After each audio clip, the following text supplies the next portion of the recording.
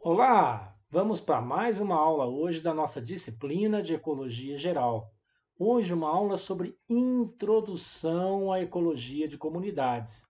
Lembrem-se, para ecologia de populações e ecologia de comunidades, nós temos toda uma disciplina à parte. Então, esta é uma aula introdutória para entendermos um pouquinho dos princípios básicos da ecologia de comunidades. O que são comunidades? Tá bem?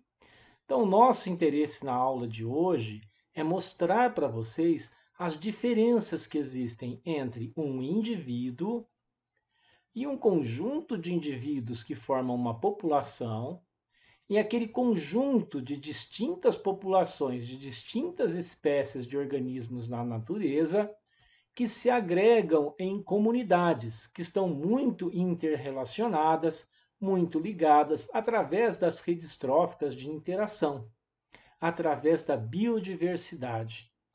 Pois bem, vamos tentar entender um pouquinho disso então. Uma coisa importante é nós lembrarmos que existem diferentes comunidades, diferentes tipos de sistemas em diferentes biomas.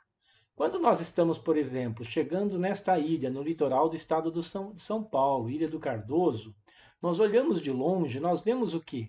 Uma linda Mata Atlântica rodeada pelo oceano. Conforme nós nos aproximamos, nós percebemos diferenças. Há realmente uma mata atlântica que varia com a altitude. Nós temos uma mata muito diferente, próximas aos riachos de água que descem das montanhas e vêm desaguar no oceano e são invadidos pela onda do mar durante os dias, formando aqui nas suas margens os manguezais e um pouquinho mais para dentro as restingas. Nós temos as áreas de costão. Olha, tudo isso são diferentes tipos de sistemas, de ecossistemas, que estão integrados no domínio do bioma da Mata Atlântica. Cada uma dessas diferentes regiões vão apresentar diferentes comunidades, que podem estar relacionadas entre si ou não. Então, quando nós fizermos um estudo de comunidades, como nós veremos até o final dessa aula, nós poderemos estar falando da diversidade local ou diversidade alfa aqui, da diversidade regional de toda essa região ou diversidade gama e a diversidade beta dos elementos que fazem ligação entre uma comunidade e outra, organismos muito responsáveis pelas interações ecológicas entre sistemas, fazendo pontes intercomunidades. É isso que nós vamos tentar mostrar para vocês na aula de hoje. O que caracteriza uma comunidade? Aspectos básicos das comunidades. Pois bem, toda comunidade, assim como todo sistema, é estruturado inicialmente a partir de um organismo produtor. Então, nós temos aqui uma Orateia spectabilis no cerrado. Pois bem, ela depende de água, de minerais, da luz solar, não é? Esse produtor depende das forças que vêm aqui da base, da estrutura para se organizar. Então, essas aqui são chamadas forças base-topo, que atuam nessa comunidade. Podem incluir, inclusive, os herbívoros, nesse papel base-topo, que são os mais basais, os produtores e os consumidores primários. E nós temos também aqueles organismos que se alimentam desses herbívoros e impactam indiretamente essas plantas, porque eles servem de alimentos para outros organismos, formando cadeias tróficas ligadas a esse produtor. Esses organismos aqui dos níveis mais altos das cadeias tróficas são chamadas de força topo-base. Essas forças, tanto de base para cima quanto de cima para baixo, elas convergem e elas conflitam entre si, resultando na estrutura das comunidades, como já nos disse o grande ecólogo, entomólogo, né, Peter Price, hoje aposentado, mas ainda uma grande referência para nós, como no livro Insect Ecology e no seu livro de 2002 sobre metapopulações. Leiam as coisas do Peter Price, porque ele é uma pessoa muito importante na nossa área e estruturou muito do nosso conhecimento sobre herbivoria, redes tróficas e comunidades, e as forças topo-base e base-topo. Pois bem, quantas células iguais a essa daqui será que existem num determinado bioma? Será que há integração entre esses diferentes tipos de células? Vamos definir comunidades. Nós poderíamos definir comunidades como um conjunto característico de espécies que vivem e interagem em uma determinada área? Poderíamos.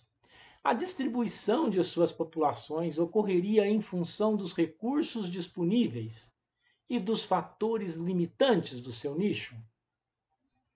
No nicho desses organismos, obviamente, que estruturam a comunidade. Então, será que comunidades poderiam ser entendidas por nós assim como uma célula ameboide, tá? Ela se esparrama, utilizando os recursos, uma vai até onde o nicho dá, mas elas teriam assim limites geográficos que daria para a gente ver mais ou menos aonde começa uma comunidade, aonde termina outra comunidade. As comunidades poderiam ter limites definidos, talvez. Como a gente vê aqui, por exemplo, olha, no Monte Kilimanjaro, na África, eu tenho uma savana tropical aqui na base, aí eu tenho uma montanha muito claramente, aqui eu tenho floresta de base de montanha, e lá eu tenho floresta de altitude. Uma comunidade, outra comunidade e a comunidade do lago. Tudo muito bem separadinho, tudo muito bem definido, não é? Será que isso faz sentido para nós? Essa é a definição de comunidade fechada. Foi uma das primeiras definições de comunidades feitas por um botânico americano, Frederick Clements, que deu importantes contribuições para o nosso entendimento das comunidades, da natureza, do funcionamento dos biomas. Essa é uma definição da década de 1920, tá bem? Pois bem, então são comunidades, de um ponto de vista de limites geográficos definidos, comunidades fechadas. Ora, então, de acordo com Clements, se eu subisse umas montanhas lá perto dos grandes lagos americanos, né, na parte oeste onde ele trabalhou, a gente veria uma comunidade aqui, outra comunidade aqui, conforme a gente avançasse em altitude, por exemplo, né? Então aqui eu tenho as espécies, eu estou avançando em altitude, eu tenho aqui um boom de espécies, elas começam a sumir, aparecem outras, e eu vejo claramente a comunidade da base das montanhas, a comunidade do meio das montanhas, a comunidade do alto das montanhas. Mas se a gente sai das montanhas, lá do norte dos Estados Unidos, e a gente vem aqui para as montanhas do interior de Minas Gerais, na Serra da Canastra, a gente consegue ver a mesma coisa que o Clements viu lá? Pensa um pouquinho, olha aqui, só de bater os olhos, não é? Puxa vida, eu acho que eu encontro essas plantas aqui em cima, aqui no meio, lá embaixo. Eu encontro uma mistureira danada nesses vales aqui. Esses solos talvez não sejam solos tão bem definidinhos, tão homogêneos. São solos mais antigos, com fissuras, talvez sejam muito serpentinados, e o solo também pode interferir no tipo de vegetação que vai ter ali. Ou será que essa coisa tão bonitinha como ele viu é verdade? Será que aqui, por exemplo, numa vereda, eu consigo ver limites tão bem definidos assim? Ah, tudo bem, o limite da água, até onde vai a água, a vereda, mas é que isso aqui que está aqui no meio da vereda, até onde isso é uma vereda, até onde vai se transformar numa mata de galeria, conforme esse rio avança, não é? Está integrado, não está integrado? E aqui com a margem, com o litoral? Será que a minha visão não está muito também só em cima de planta? Já que o Clements era um botânico, será que eu não estou esquecendo de avaliar que as comunidades também têm outros tipos de organismos, como os animais? Pois bem, será que nós podemos concordar com essa visão clementsiana de comunidades fechadas quando a gente olha um cerradão desse aqui, por exemplo? Pensa um pouquinho.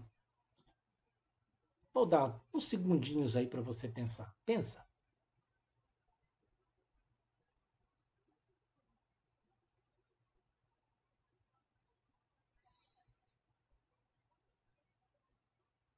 Pois bem, um camarada pensou nisso. Um camarada chamado Gleason pensou nisso nos Estados Unidos e resolveu revisitar as áreas do Clements, né? E olhar para elas de um outro ponto de vista.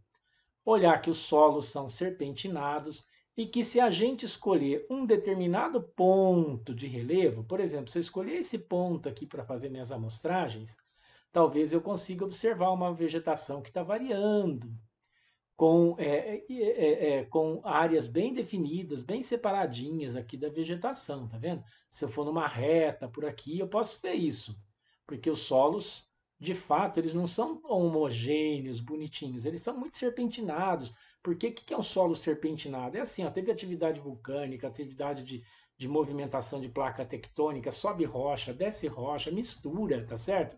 E a vegetação depende dessa mistura para saber o que vai ter ali e o que não vai ter.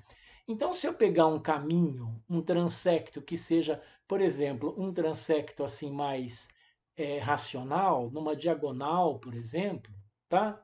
Ou um transecto sinuoide até eu subir no topo dessa montanha, o que eu vou observar? Eu vou observar que eu não tenho uma figura bonitinha igual aquela do Clements quando eu faço a distribuição das espécies de plantas. Eu tenho uma figura assim toda bagunçada, não é? Então a distribuição de plântulas também tem que ser considerada. Eu não posso considerar apenas árvores adultas. Foi nessa discussão que se meteu um camarada chamado Gleason. Para ele, comunidades são associações casuais de organismos, cujas adaptações os capacitam a viver sob condições físicas e biológicas particulares. Mas, de fato, não há fronteiras entre as comunidades naturais. Dependendo da oportunidade que se apresenta avante, uma espécie pode ser mais abundante ou menos abundante, porque ela depende de solo, depende de dispersores, depende dos animais que levam suas sementes. E nós temos que pensar nos animais também. O beija-flor ele pode, por exemplo, nidificar na mata de galeria e polinizar as flores do cerrado. Então, as comunidades, para esse camarada, seriam comunidades abertas. Ou seja, para o Gleason, não há limites entre as comunidades, tá? O modo como a gente faz o estudo pode nos mostrar essa diferenciação, tá certo? E o Gleason também, ele tinha uma visão mais tropical. Ele já tinha visitado Barro Colorado, Panamá, coisa que o Clements não teve oportunidade de fazer, tá certo? Então, para ele, haveriam diferenças em abundâncias, mas as mesmas espécies vegetais e animais podem ocorrer em outras áreas, principalmente pela ação dos animais. Muito bem.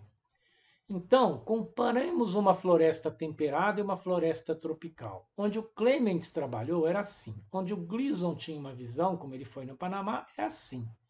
Então é muito mais fácil a gente ver uma coisa toda bem definidinha numa área como essa, temperada, do que quando a gente olha para as áreas tropicais. Quando nós olhamos para as áreas tropicais, nós temos uma verdadeira percepção do quão abertas são as comunidades.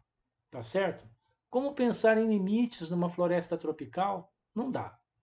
Essa briga se estendeu por muitos anos, até que apareceu um camarada chamado Robert Whittaker. E o Robert Whittaker resolveu pôr panos quentes na situação. Ele definiu da seguinte maneira: gente, parem de brigar. Vocês dois estão falando a mesma coisa. Vocês estão trabalhando num espectro luminoso. Vocês estão indo da luz de uma cor para a luz de outra cor, mas há um espectro nisso. Há uma variação de cores. Ou seja, as comunidades naturais, elas se modificam ao longo de um contínuo que depende das características físicas, climáticas e também das interações entre as espécies. Estão entendendo? Então, quando houver uma clara separação entre as comunidades, e isso pode ocorrer em alguns sistemas, nós dizemos que as fronteiras entre essas comunidades são um ecótono, mas que todas as comunidades elas têm um caráter aberto, porque de fato elas são um contínuo. Então, para o Whittaker, nós poderíamos ter algumas situações onde nós vemos comunidades parecidas com as do Gleason, como as do Clements, desculpem. E aí, nessas interfaces entre as comunidades, a gente diz que essa região de interface clara entre uma comunidade e outra, nós chamaríamos de ecótono, mas que de fato as comunidades naturais se modificam por um contínuo que depende das movimentações, das histórias ao longo do tempo, físicas, climáticas do ambiente e também das interações entre as espécies. Então, o Whittaker lançou o conceito do contínuo na formação das comunidades naturais. Tá? Para o Whittaker, então, podem haver ecótonos quando as comunidades têm um caráter mais fechado. E normalmente as comunidades têm um caráter mais aberto e seguem um contínuo, tá, entre si. Entenderam até aí? Então, para nós, comunidades têm limites definidos, se a gente seguir esse pensamento do Whittaker, que é definido por resultados de pressões. Vou explicar isso para vocês, tentar ser bem didático. Imagine aqui, ó. Imagine que essa área verde representa o total de espécies possíveis em um determinado local. Pois bem, há espécies então que são capazes de chegar nesse local. Há um pool de espécies que são capazes de chegar nesse local por causa das suas possibilidades dispersivas, de voo, de lançar semente, esse tipo de coisa. Tá? Há espécies que chegam nesse local e conseguem persistir nesse local. Então, além dela chegar nesse local, ela tem que estar adaptada às pressões, às condições ambientais desse local. E há uma interface, então, entre as espécies que são capazes de chegar e as espécies que persistem. Então, nem toda a área disponível é utilizada por todos os organismos da mesma maneira, tá? Então, aqui nós estamos vendo um conjunto de espécies e há outros dessa forma nesse mesmo local.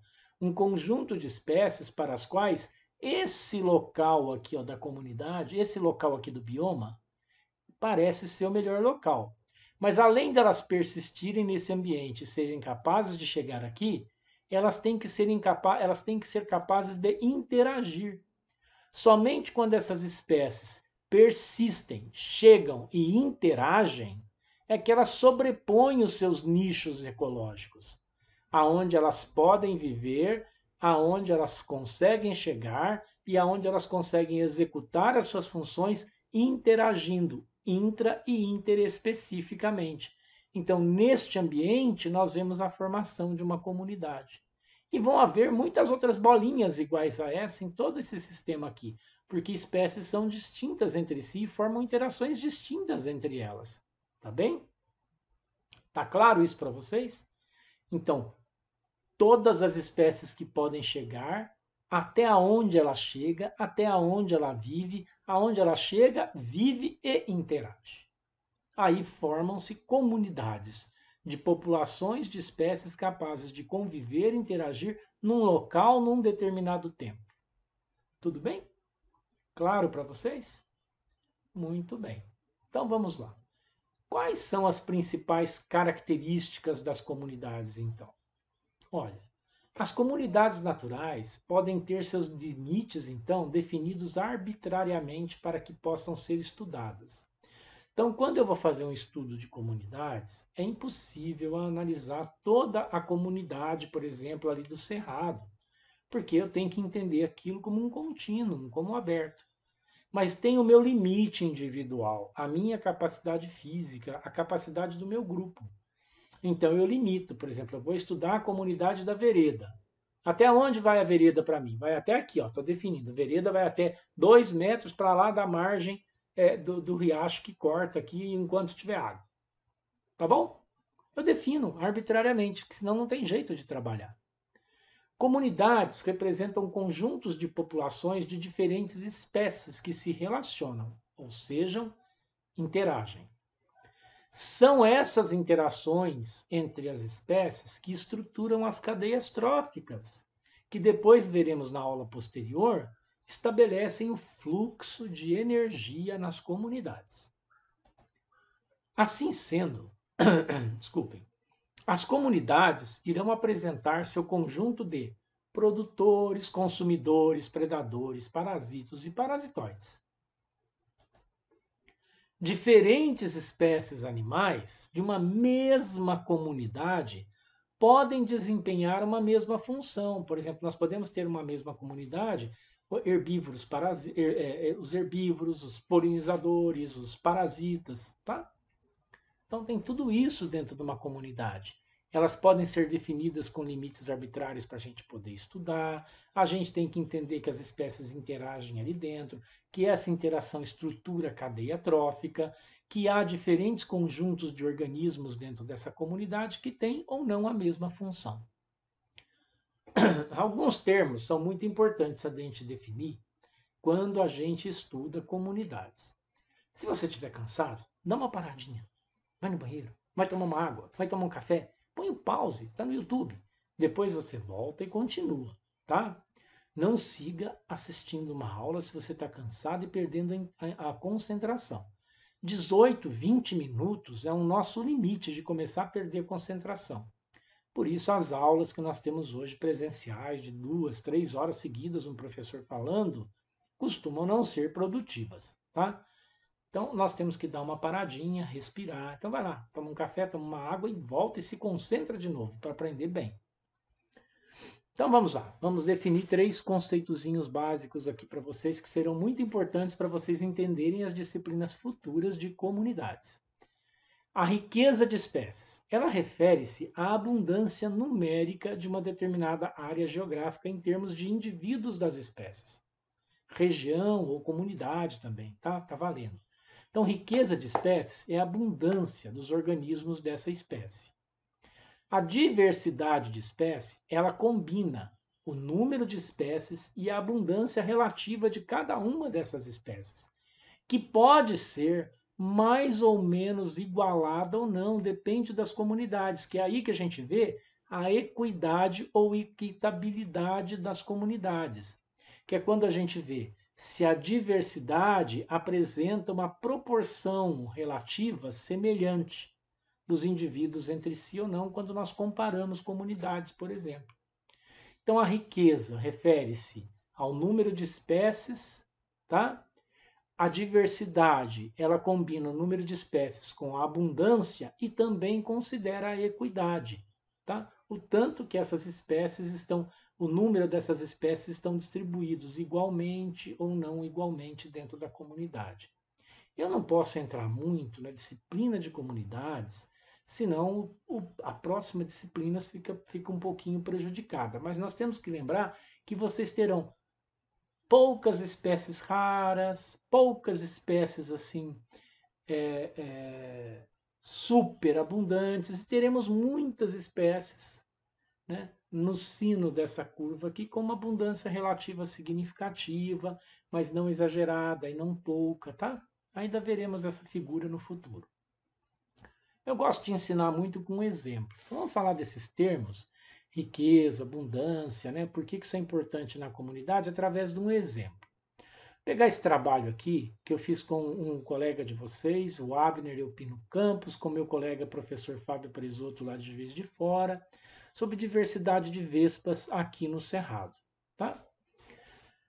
Um comentário à parte, o Abner hoje ele é músico e ele é maestro da Orquestra Luterana e de vários corais no Rio Grande do Sul, em Porto Alegre. Ele seguiu um outro caminho onde está muito feliz. Isso é muito importante na vida da gente, a gente saber encontrar caminhos da felicidade para a gente. Tá? Você pode começar numa área e ter um sucesso muito maior em outra.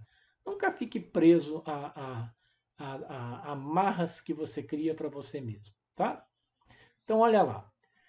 Aqui a gente foi para o Cerrado, então nós fizemos uma lista das espécies. Então, isso aqui é uma lista da riqueza de espécies que tem lá naquela região, que tem lá naquela área. Uma lista das espécies. Agelaia, Miscocítaros, Políbia, Polistes, Políbia ignobilis, Políbia ocidentais, Políbia paulista, todas as vespinhas sociais do Cerrado. Aqui nós fizemos uma amostragem por procura ativa e por armadilhas, tá? Por ponto aqui andando, caminhando e aqui por ponto amostral. E nós temos um total de espécies observadas e a frequência de cada uma aqui. Então veja, isso aqui são as espécies e isso aqui é a abundância de cada espécie. Então é muito importante você não apenas registrar presença ou ausência de uma espécie numa determinada área, mas você registrar o número de indivíduos, porque isso é muito significativo para a gente dizer se aquele organismo realmente faz parte daquela comunidade ou não. Ele pode estar ali, por exemplo, de passagem, tá certo? Com esses dados, o pessoal que trabalha em ecologia de comunidades, eles estabelecem índices. Sim, há cálculos matemáticos para a gente estudar a riqueza das espécies através de índices. Então, nós temos índices de riqueza. Olha só, a nossa observação caminhando procurativa, ela nos propiciou observar uma riqueza muito maior do que com ponto amostral.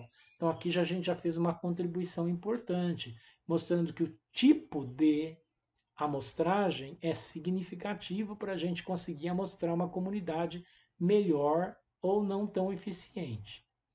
Temos outros índices, como o índice de Simpson, o índice de Shannon-Wiener, tá? Que é o índice H, um dos mais utilizados, que mostra também a diversidade, a riqueza de espécies de uma determinada área. E aqui, o que vocês estão vendo é uma. Então, esses índices vocês vão aprender na disciplina de comunidades, tá? Aqui uma outra coisa muito importante que nós temos é a curva do coletor, que é uma coisa que vocês vão aprender a fazer. É uma curva cumulativa do número de espécies a partir do número de amostras nesse caso. Então aqui eu tenho 25 amostras, aqui eu tenho 20 amostras, tá vendo? E aí eu vejo aqui a curva cumulativa das espécies. Estão vendo como elas ainda estão subindo? Tanto faz aqui, ó, vários índices que eu usei para saber se eu tinha atingido o topo dessa curva ou não, ou seja, para saber se eu já posso parar de coletar, se eu já tenho uma coleta significativa ou não, e todos estão dizendo ainda que eu precisava coletar mais. Já não é o que acontece nesse trabalho que eu fiz com os meus colegas, o Diogo Vilela, que foi meu aluno aqui, colega dos nossos estudantes da Federal de Uberlândia, o Rainer também foi nosso colega aqui na Federal de Uberlândia, hoje professor público federal, né? E comigo aqui nós estudamos as libélulas de uma vereda. Quais eram as libélulas que existiam numa única vereda, gente, uma vereda pequena no Cerrado. Vejam só, numa veredinha de cerrado de mais ou menos uns 70 metros quadrados, né? Um laguinho de uma vereda pequena, nós encontramos 31 espécies de libélulas. Há países inteiros que não têm 5 espécies de libélulas, 6 espécies de libélulas. Olha que coisa bacana, gente. E aí, fazendo esse estudo, olha só, quando a gente faz a curva do coletor desse estudo, com observação de riqueza aqui em ponto preto, tá vendo? E aqui traçando um dos índices, né, o índice de Jackknife 2, aqui, tá vendo? Olha, nós temos ele traçado aqui para vocês. A gente vê que a gente teve um crescimento muito grande no número de espécies encontradas, depois esse número de espécies estabiliza, e esse número de espécies parece que a gente começa a ter até dificuldade de encontrar algumas, que são espécies raras que apareceram aqui, e cai numa estabilidade. Esse tipo de curva do coletor nos mostra que nós fizemos uma amostragem suficiente para aquela área. O número de espécies e sua abundância relativa ao longo do tempo se estabilizou. Isso mostra que a gente conseguiu estimar a biodiversidade muito possivelmente real, a diversidade relativa real desta área, desta região, tá? Então, isso aqui são curvas de coletor que são muito importantes para quando a gente faz trabalhos de levantamento de espécies, de diversidade e riqueza de espécies numa determinada área. Tá certo? Há cálculos matemáticos para fazer isso. Não é objeto dessa aula, que é uma aula de introdução à ecologia de comunidades. Você precisa de uma disciplina inteira para mostrar isso. A gente tem aulas apenas do índice de diversidade, tá? Um outro ponto muito importante que cabe a gente chamar atenção numa aula como essa introdutória é que distintas espécies podem, numa comunidade, utilizar um recurso ecológico ou ocupar um nicho de uma mesma forma. Quando isso acontece, por exemplo, com as formigas que se utilizam de néctar extrafloral no cerrado, nós usamos um termo que é o termo guilda. A gente fala da guilda das formigas coletoras de néctar no cerrado. Tá? Há outros termos também, como taxocenoses, alguns pesquisadores gostam de usar também termos mais ligados a conjuntos de organismos, tá? Eu prefiro usar termos comunidades e guildas, tá? As agregações, esses outros termos não me soam muito bem, tá? Guilda ainda me soa um termo relativamente bom para a gente usar. Eu considero que em ecologia nós temos um grande excesso de termos, às vezes, para explicar a mesma coisa, tá? Muito bem. Uma coisa muito importante quando você está fazendo um levantamento, um estudo dentro de uma comunidade, é você lembrar que a sazonalidade, principalmente aspectos climáticos sazonais, como chuva, elas interferem muito no solo. Por exemplo, tem mais água, menos água, aumenta ou diminui a captação de recursos no solo pelas plantas. Isso interfere, então, na qualidade nutricional dos produtores. Então, olha aqui, isso aqui é a distribuição das partes de um produtor ao longo do tempo. Aqui é a fenologia, o estudo do desenvolvimento de uma planta ao longo do tempo. Então a gente vê aqui ó, que a maior parte da alocação de nitrogênio nessa planta estava na planta parental até abril, mais ou menos. Depois você vê que ainda tinha bastante na raiz, nas folhas, tá vendo? Aí depois vai tendo muito nos filhos, ó, o nitrogênio vai migrando para o filho. Aqui em outubro tem bastante no filho. O que é o filho? É o sabugo do milho. Isso aqui é um milhozinho que a gente está falando, tá? Então, o modo como o produtor esparrama o nutriente dentro do corpo dele ao longo do tempo influencia no modo como o consumidor, as cadeias tróficas, né? Os níveis superiores da cadeia trófica vão se associar a esse produtor. Então, nessa época do ano aqui, vai ser um tipo de comunidade associada de consumidores. Nessa época aqui, olha, tem muito mais variação na distribuição do nitrogênio. Então, nós vamos ter uma comunidade muito mais elaborada, com muito mais níveis tróficos associados. Consegue perceber isso? Então, gente, a época do ano em que a gente faz estudo de uma comunidade também é importante. Então é muito importante a gente fazer o estudo da comunidade ao longo de um ano todo, ou a gente tentar separar as coisas por estações ecológicas, mostrar que há diferenças entre estações. Isso é muito claro quando a gente estuda redes ecológicas de interações com base em índices de biodiversidade. Tudo bem? Tá ficando claro? Não entendeu? Volta um pouquinho, presta atenção de novo na minha explicação, tá bem? E nessas comunidades, então, dependendo da época do ano, dependendo do modo como a gente fez estudos, nós vamos observar diferentes tipos de relações. E a gente tem que expressar essas relações de alguma maneira para poder publicar esse trabalho, para poder mostrar o que a gente está fazendo para as outras pessoas. Então, tem várias formas de fazer isso. A gente pode trabalhar com teias de encadeamento, a gente pode trabalhar com teias de encadeamento ou conectividade, como é que estão ligadas uma espécie na outra com teias funcionais, por exemplo, qual a função de um polinizador, herbívoro, quanto faz do que, tá? Que considera muito o número de indivíduos, e teia de fluxo energético, ou seja, aonde está concentrada a maior parte das interações dentro de uma comunidade, é onde deve estar sendo feita a maior parte do fluxo energético dentro daquela comunidade. A passagem de energia, né? E também, muito possivelmente, a passagem de nutrientes. Então, as teias de encadeamento ou conectividade são as mais usadas por nós, elas mostram simplesmente quem está ligado a quem. Quando a gente trabalha com redes ecológicas de interações, além de saber quem está ligado a quem, a gente quantifica para ter uma maior assertividade do que a gente está falando. Teias funcionais, elas chegam até a considerar um pouco como é que fala, da transposição de um nível para o outro, de nutrientes, esse tipo de coisa.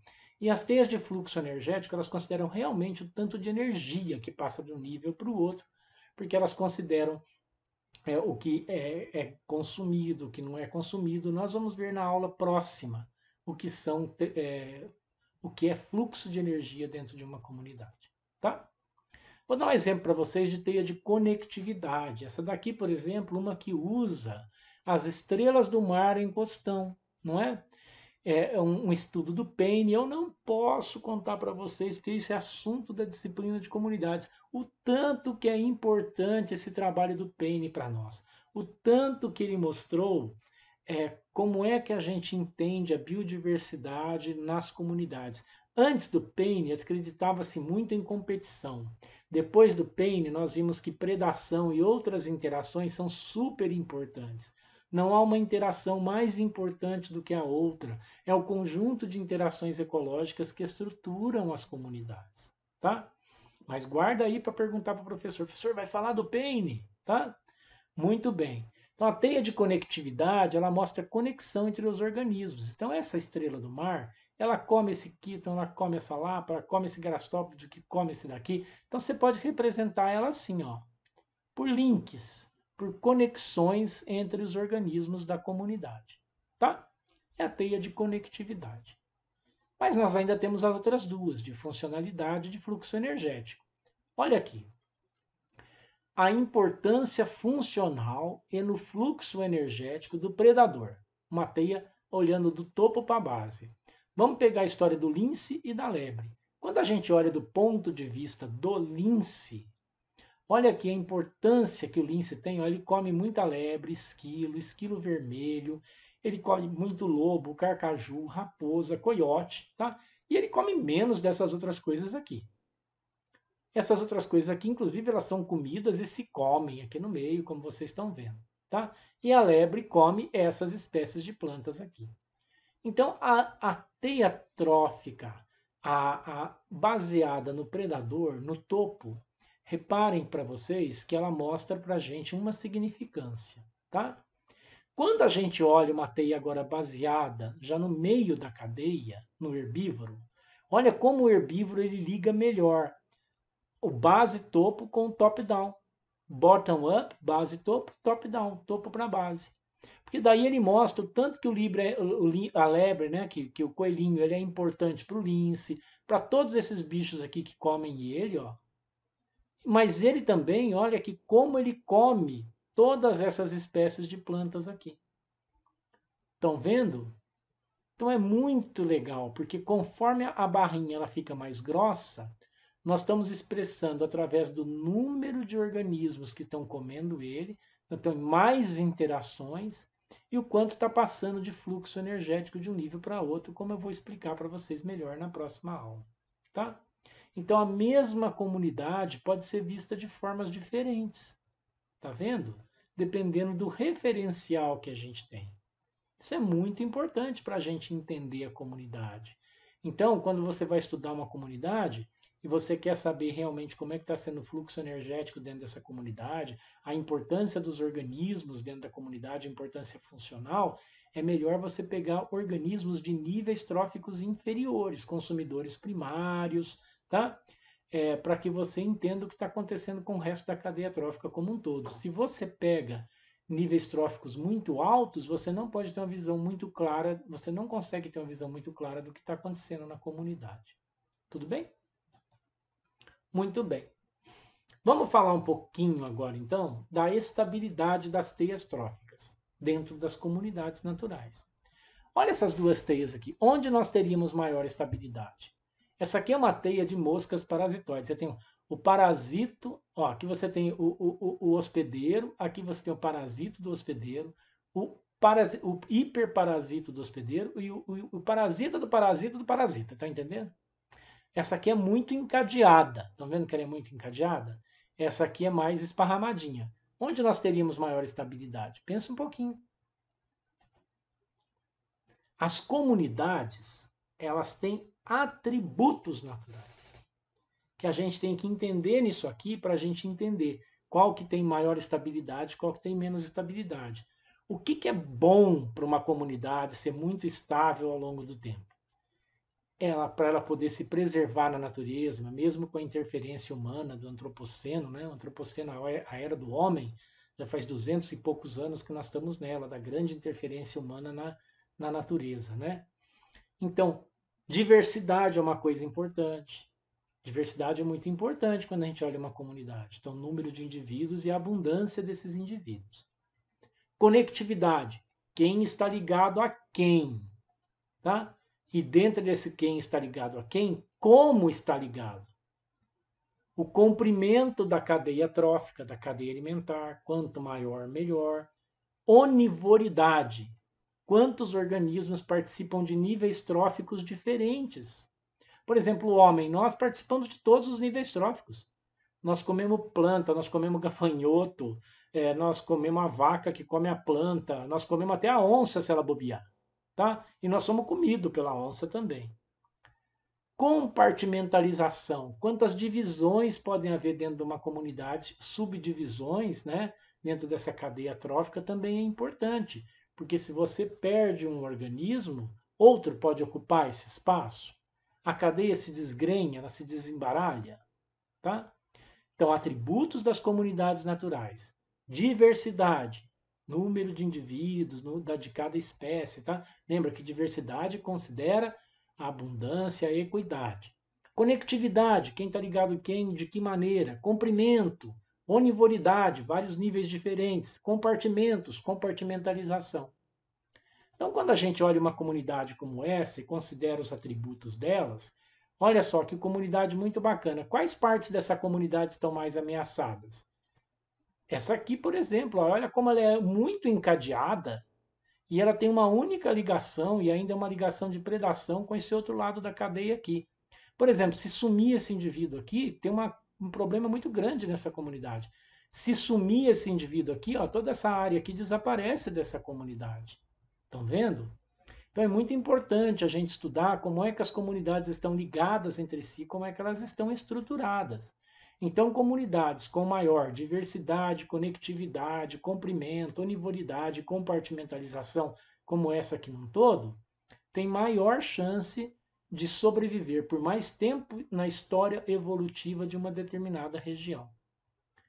Nós veremos numa palestra que eu estou deixando para vocês a mais aí dentro da janelinha, do playlist da disciplina de Ecologia Geral, assistam lá a nossa palestra de diversidade e interações e conservação, e vocês vão conseguir compreender através daquela palestra o tanto que é importante a gente estudar essas comunidades do ponto de vista de redes ecológicas de interações, e a gente entender o papel de cada organismo naquela rede e como é que a gente faz para estruturar e manter as comunidades naturais preservadas ao longo do tempo ecológico evolutivo. Dá uma olhadinha lá que vocês vão entender isso muito melhor, tá? Porque essa aula, como eu disse, é apenas uma aula introdutória, tá?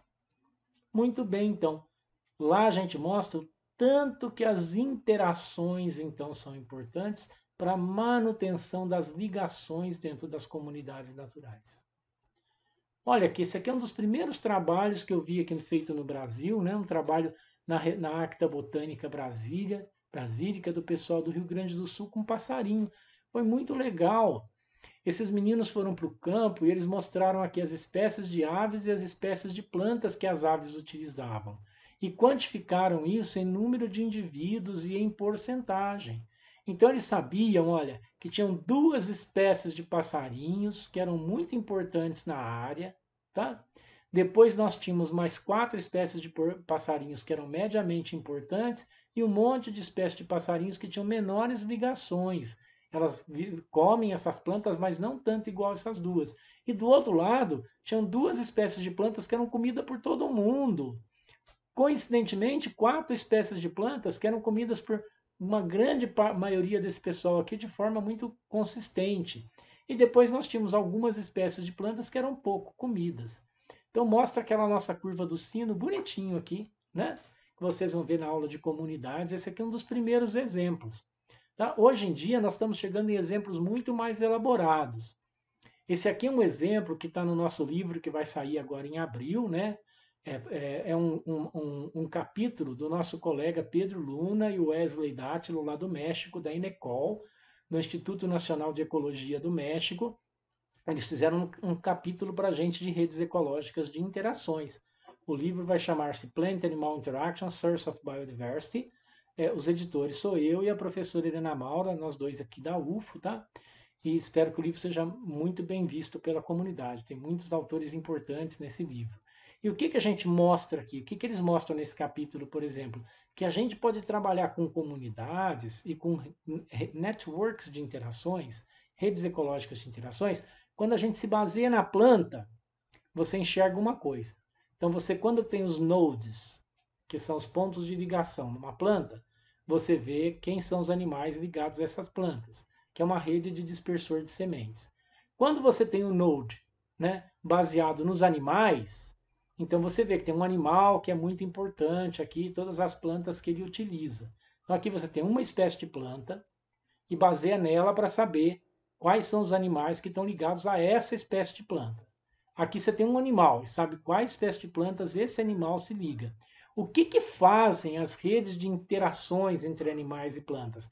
A gente pega todas essas plantas aqui, então nós pegamos a rede de cada uma dessas plantas e nós unimos ela à rede de cada um desses animais. Aí a gente consegue ver que as redes ecológicas, elas são muito mais complexas do que a gente imagina, tá? Então aqui parece que é uma rede alinhada, né, direitinha, bonitinha, aqui também, mas quando a gente olha aqui, ó, nós estamos vendo que as redes são muito mais complexas, são muito mais interagentes, e uma espécie pode depender muito mais da outra do que a gente imagina. Então, um capítulo interessantíssimo do Pedro e do Wesley lá nesse nosso livro, depois espero que vocês consigam vê-lo. Bem? Então, o que estrutura uma comunidade? Características ambientais e climáticas, características adaptativas e dispersivas das espécies, o conjunto de interações que moldam as relações entre os organismos e onde estariam então os limites de uma comunidade, não é? Pense nisso, pense bastante nisso, tá? Como é que você trabalharia com comunidades, que é uma área muito grande dentro da ecologia, tá? Muito bacana, muito bonita. Espero que vocês tenham entendido um pouquinho dessa aula e que nos acompanhem, tá? Nós estamos aí dando aula para vocês e somos a ciência que nós fazemos também. Não esqueça de nos acompanhar. Um abraço, gente. Até a próxima aula.